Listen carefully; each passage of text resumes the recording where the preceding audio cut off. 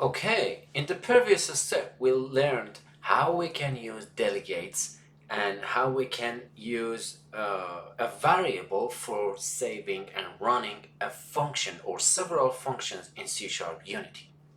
In this step, we want to talk about some attributes and techniques to make our codes more powerful in Unity.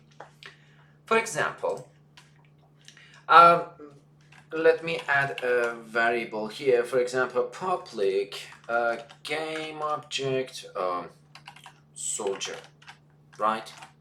And let's come back to the Unity editor and add this script to the main camera. Come on, here, right? I want to add something like a title to this variable, okay?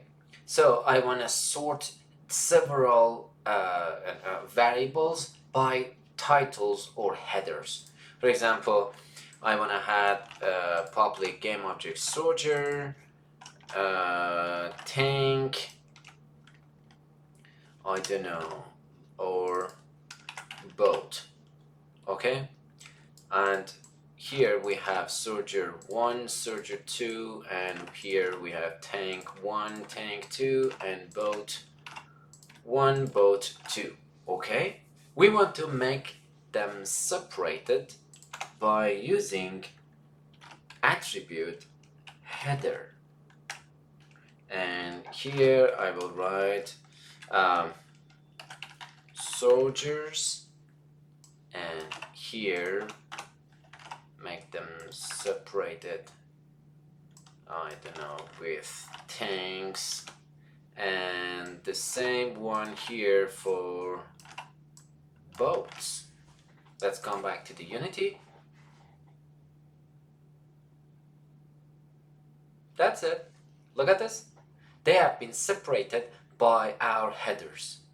Here we can add any headers we want, even with some characters. For example, something like this.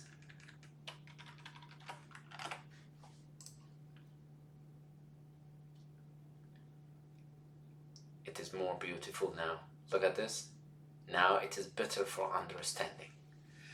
The second attribute is I want to make them separate and also make an empty space between these parameters for better understanding or better finding them. Okay? Here we have a different attributes which called for it's called here let me add a space, and here we will add integer for the amount of space, here 50, and another one for 50 as well.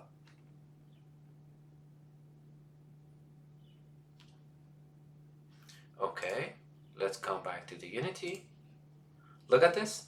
Now we have something empty here, you know. And maybe we can remove this part for better alignment with our variables. Now it is better. Look at this. Perfect. The third attribute is having explanation for each parameter. For example, I want to hover my mouse on this variable and understand, okay, this variable is for those tank or that tank we are in zone 1, and this tank is for zone 2. Let's add a tooltip to this one. Let's remove this and let's remove all of this for better understanding. Okay, tooltip, and here we can add our explanation or description. This is the tank of zone 1, and here for zone 2. Okay,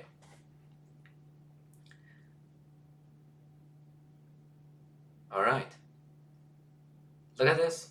This is the tank of zone 1. This is the tank of zone 2. It is exactly that thing we want. Okay, let's remove this guy and add a public integer, for example, or float. It doesn't matter. Float. I don't know, timer. Okay. But as far as you know, we can add any timer we want. But maybe the level designer can add any timer he wants or she wants. It may be dangerous for our logic whenever we have a limitation or restriction in our function. We need to inform ourselves in the future or our colleagues or partners or team members in our team to say, okay, just add the number between these range. So we will add attribute range. Here we will add the first of, for example, it's gonna be between 0.1 until 2.5. And you will see the float by default is something like this, but now it has been changed to something like a slider. Look at this. The maximum number is 2.5 and the minimum number is 0.1. So we assure that there is no other number that gonna be problematic for our function or our the whole logics, right? Let's add something cool. For example, in the public string text. Okay, here look at this. The public string text on the inspector, we will have just these area. For example, blah blah blah blah blah blah blah blah. Look at this. But we can see only from here or here. We can't see the whole text. Okay, but by adding this attribute, come on, text area. Okay, now look at this. That's it. Now it has been changed. We can see the whole text, right? It is better for understanding. It doesn't affect on your logic, on your text. Remember, attributes are just for helping you or other colleagues to better implement the text, the script or component on Unity editor. They won't affect on your logic, your functionality, or the whole script. So adding using attributes won't be a danger for your code. That's it. Another one is multi-line. In multi-line, it's a kind of text area, but with several lines. Look at this. Now we can add blah blah blah blah blah blah blah blah blah blah. Enter. Blah blah blah blah blah blah blah blah. Enter. That's it. It does exactly look like the text area of UI text or mesh text mesh. Sorry, excuse me. Another attribute is something cool. As far as you know, public can be visible in the inspector, okay? But imagine you have a private parameter, private game object, okay? As far as you know, private parameter won't be visible in inspector, but this attribute, serialize field, helps you to make this variable visible in the inspector, but this variable, it is still private. So other components, other scripts won't have access to this variable, but we can see this variable in the inspector. Look at this. It is really cool. Another one, it is exactly opposite.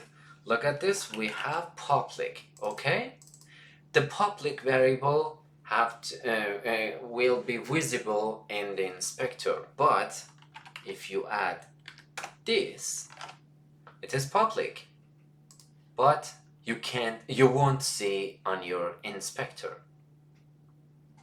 Look at this. It is exactly opposite than that guy serialized field. Another cool function, and I really like this functionality, is imagine we have public integer score. No, I'm sorry, health. Okay, and we have public void random health. Okay, and the public random health is some kind of health is equal random dot range between 1 till 50, something like this. Okay, we want to do something really cool. We will add context menu item. Here we need to add two parameters. The name of that action we want. We can define any names for this action. Get random health and call that function. Okay, and let's come back to the Unity editor.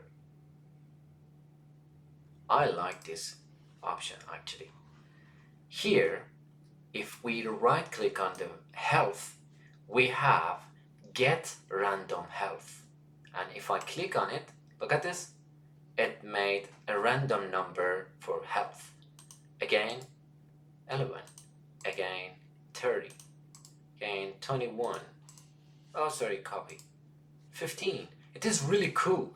So we can call any function we want and replace and feed this variable by that number, by that function. For now, it is a random number. It can be, very complicated logic, but we will feed our variable with just one click without hitting the whole functionality. Okay, let's go to do something cool. If we have, oh, sorry, excuse me. Let's imagine the same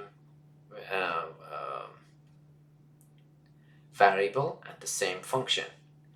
Now we want to call this function separately. We will call context menu random health. With this attribute, we can call this function even on the editor, and it works without any problem to be able to test functionality or even do something like, prepare some actions for the parameters. Look at this.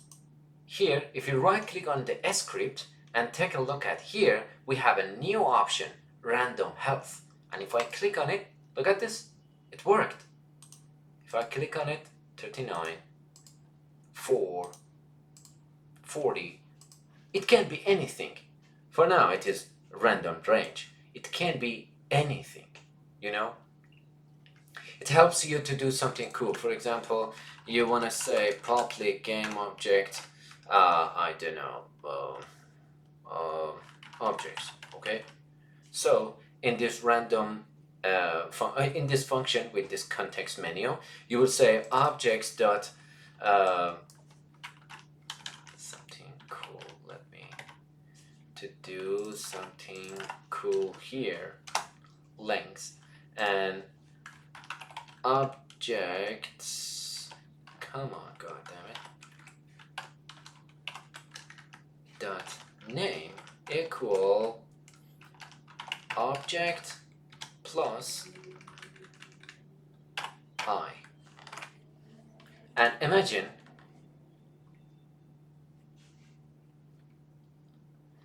you have a 1 cube, 2, 3, 4, 5, 6, 7, and here, and here, and here, something like this. 64 objects in the scene. If you wanna rename them one by one, it takes time. But here, look at this thing, what I am doing right now. I'm adding cube 1 until cube 63 to the list of objects, okay? And now, as far as we mentioned, if I click on this attribute, call this function, it's rename all the objects of this array to object plus I. Look at this. That's it. Object 0, 1, 2, 3 until 63. And I will save my scene. Mission is complete. Now I don't need even this function. As far as I mentioned, these kind of context menu helps you to prepare some variables or functions or even objects in the scene with your option. It can be temporary, you can remove it. Okay, we can remove it. Look at this. I don't know. It can be anything. I don't care. Okay, let's come back to the Unity and remove these objects. And let's go to the next attribute. Here we have something cool. Look at this. If we wanna find, help URL, and inside of it we can define a link. For example, it can be anything. I don't know, LinkedIn, right? Something like this. And let's go to the Unity.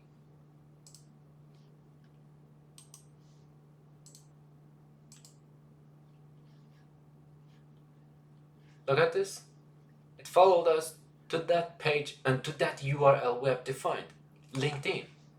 I clicked on this question mark and it head over me to the LinkedIn, to that link I've defined it here. Another attribute, maybe you have seen this attribute a lot. It's called required component. And here inside the parentheses you will see type of, for example, rigid body. It means this class, the whole functions, needs to have rigid body component attached to that game object. It means this main camera object has part 37, right? But because we already have this required component, if I play the scene, oh, it doesn't have any function, sorry, but it attached rigid body component automatically because we already defined. Please, we need to have rigid body component. As far as we mentioned, I didn't add rigid body to this guy. And look at this, I can't remove rigid body because they said can't remove rigid body because part 37 depends on it. This is the requirement. Now I can remove it from here. Perfect. Let's come back to the Visual Studio and we can add our component to the main menu, game objects menu actually. I would say Abulfaz codes and here the name of the code, or I don't know, my test code. Okay.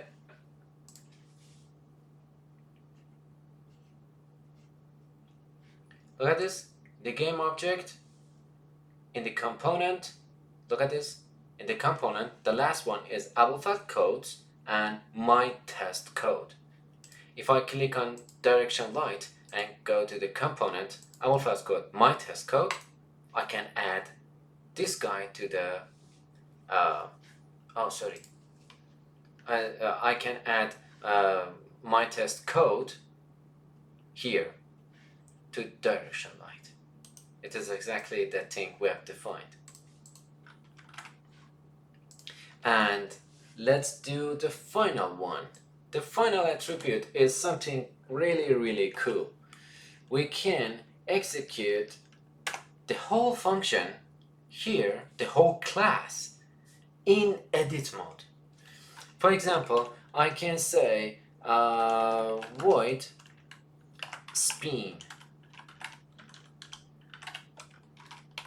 and I will say transform dot rotate 0 to 0. If I save this script and come back to the Unity, this function, let me do inside the void start or even void update.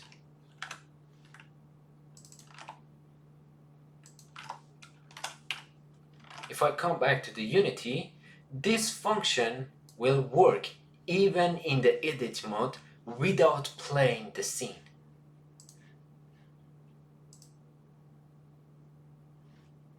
Look at this. It is rotating.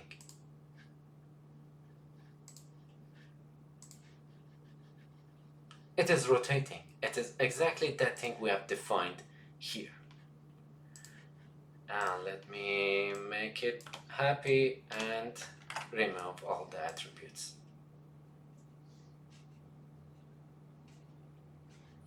Alright, I will write the whole attributes in a specific page and on my website. I will add the link of this page in the description of this video so you can have access to the whole attributes separately at that page. Alright, let's go to the next step.